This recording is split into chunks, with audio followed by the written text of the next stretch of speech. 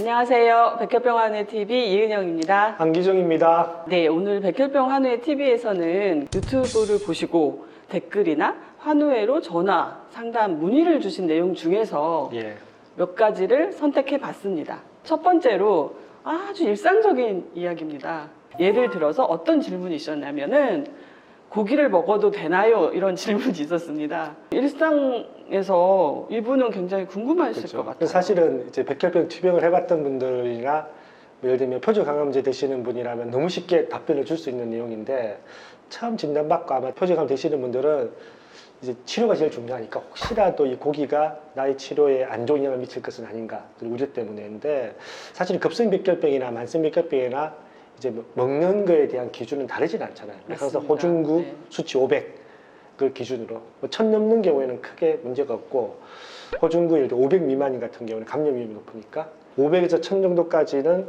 이제 좀 조심해야 될 상황이잖아요. 그게 아니라 그러면 크게 고기는 문제가 안 되는데, 보통 이제 그 만성우선 백혈병 같은 경우, CML 같은 경우 보통 3개월 정도 표적암제를 드시면 보통 혈액 수치를 정상으로 돌아오거든요. 그때부터는 사실 고기를 드셔도 크게 문제는 사실은 없는 걸로 저는 알고 있고요. 문제는 이제 얼마나 잘 익히냐가 중요한 거죠. 사실은 그 삼겹살 육류뿐만 아니라 생선도 얼마나 잘 익혀서 먹느냐에 따라 가지고 사실은 먹는 게 크게 문제는 없는 거죠. 그렇다고 하면 결국은 우리 백혈병 환자들은 결국은 혈액 수치에 따라서 먹을 수 있는 거와 조심해야 되는 게 구별된다. 그렇죠. 결론은 이 말씀이신 보통 거죠? 이제 우리가 감염 그러면 백혈구 수치, 그다음 우리가 호중구 수치, 절대 호중구수 그렇게 한번 공부를 했었잖아요. 그래서 500 기준으로 500 이하의 경우에는 굉장히 감염에 유의해야 되기 때문에 가급적 육류나 안 먹는 게 좋을 수도 있죠. 회 같은 경우도 그리고 해조류 같은 것도 사실은 되게 조심해야 되거든요. 제가 사실은 간혹 회나 특히 이제 조개류 같은 거 드시고 그게 이제 그 아마 세균 같은 거에 감염돼서 잘못돼 쓰는 분이 많지는 않지만 종종 있기 때문에 특히 회나 날것에 대해서는 특별히 조심할 필요가 있고요. 다만 익혀서 먹는다라고 하면 이제 호중구 수치에 따라 가지고 관리만 잘하면 크게 문제는 없습니다. 푹 삶은 그 뭐라고 하죠? 수육? 뭐 이런 그렇죠. 거는 괜찮죠.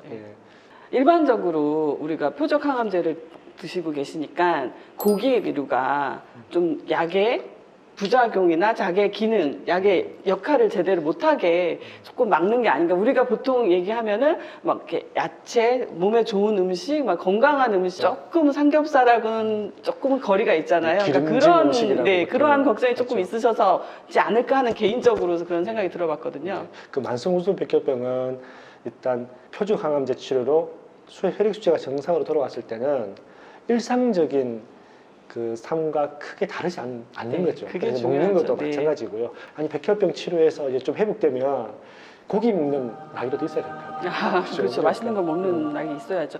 결국은 저희 본인의 혈액 수치에 대해서는 늘 항상 신경 쓰고 관리하고 알고 있어야 되는 겁니다. 그렇죠. 그래야 어떠한 행동을 할 수 있고 어떠한 제한 사항이 있는지 그 부분을 알 수 있을 것 같아요. 우리가 보통 이제 최근에 코로나19 이제 감염 예방할 때 핵심이 뭐냐? 마스크잖아요, 마스크. 마스크 넣을 때는 덴탈 마스크 좀 가벼운 마스크 쓰기도 하고, 지금까지 좀 이렇게 대유행이 될 때는 뭐 KF94 쓰는 이유도 그 상태에 따라 가지고 다르게 선택하는 것처럼 맞습니다. 환자의 혈액 수치, 호중구 수치에 따라 가지고 적절하게 음식을 익혀서 먹고 관리하면 되는 거거든요. 사실 크게 불편함을 가질 필요는 사실 없거든요. 질문 주신 분이 속 시원하게 해결이 됐는지는 잘 모르겠습니다. 일단은 본인의 혈액 수치를 보시고 혈액 수치가 이상이 없다 그러시면은 고기, 삼겹살, 갈비 다 드셔도 됩니다. 맞습니다.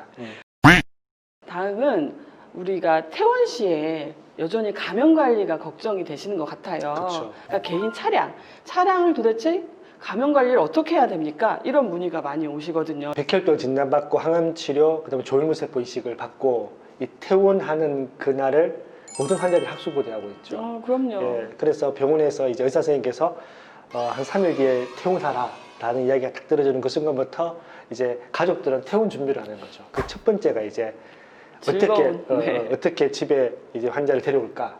그래서 대부분 자가용 있는 분들은 그때부터 자가용을 이제 감염 관리를 하고 있죠. 네. 청소를 엄청나게 좀 많이 하고 있는 거죠. 그래서 그 볼 때마다 되게 즐거운 일이긴 하지만 또 얼만큼 해야 될지도 사실은 감이 없어서 많이 혼란스러워하고, 그래서 우리가 좀 나름대로 우리 클리니까 운영한 경험도 있고, 또 그동안 클리니까 운영했던 이제 우리 봉사했던 분들이 이제 얘기를 들어보면 가장 비용도 좀 저렴하게 또 손쉬운 방법이라 그러면 스팀 세차 예, 스팀 그쵸? 세차를 한번 하는 게 네. 예. 일단 그렇게 한번 전체적으로 스팀 세차를 하고 난 뒤에 그 다음에 일반적으로 이제 보통 무균실에서 하는 방법 똑같은 거죠. 그 감염 위험 있는 곳 다 이렇게 그렇죠. 소독하고 소독하고 가능하면 만지지 말고 만지지 말고 또 많은 사람이 이용하는 것보다는 가능하면 운전해 주시는 분하고 가족, 환자랑 가족만 예. 그 차량을, 그러니까 일정 기간이에요. 계속은 아니고 당분간은 그렇죠. 그렇게만 이용하시는 게 좋을 것 보통 같습니다. 이제 그 조혈모세포 이식을 받고 퇴원을 하더라도 사실은 면역력이 완전히 회복된 건 사실 아니잖아요. 네. 그래서 그리고 아마 뭐 3일 한 번, 일주일에 한 번씩, 2주에 한 번씩 이렇게 텀을 늘어가면서 그렇죠. 네. 외래 진료를 받을 텐데 사실 그때 감염 위험이 있거든요. 그래서 좀 차로 이동하는 시간이 워낙 많다 보니까 감염 예방이 중요한데, 뭐 일반적인 방법에 대해서 설명할 필요가 없는 게, 우리 코로나 자주 이야기하잖아요. 우리가 지금 코로나 일상은 백혈병 환자 너무나 익숙한 일상입니다. 질문 많은 것 중에 차량이었거든요. 네. 차량을 그만큼 많이 이용하기 때문에 그래요. 병원을 이용할 때. 그러면 한 가지 좀 네. 이제 팁이라 그러면, 사실은 이제 아까 스팀 세차는 기본적으로 실내를 좀 이렇게 깔끔하게 한번 청소를 먼저 하고 관리하는 개념인데, 조심할 게 히트하고 그다음에 에어컨이 사실은 좀 관리가 필요합니다. 사실 그쪽에 균이 굉장히 많고 그 여름이나 겨울에 네. 그좀 많이 들어서 히트하고, 그러니까 에어컨 부분은 한번 그 필터라고 하죠. 필터를 자주 갈아준다든지 이렇게 하는 좀 조치는 필요합니다. 백혈병 환우의 TV를 보시고 조금 더 궁금한 사항을 문의 주셨던 내용을 좀 정리해 드렸었는데 어떻게 도움이 되셨는지는 잘 모르겠습니다. 그 약간 도움이 안 되시면 댓글 달아주시면 우리 전문가 불러와가지고 백혈병 의사 선생님이나 차량 부분의 또 감염 관리도 또 좀 더 전문적으로 네. 필요할 수 있으니까, 필요하다 그러면 저희들 전문가 모시겠습니다. 오늘 백혈병 환우의 TV 여기까지 하겠습니다.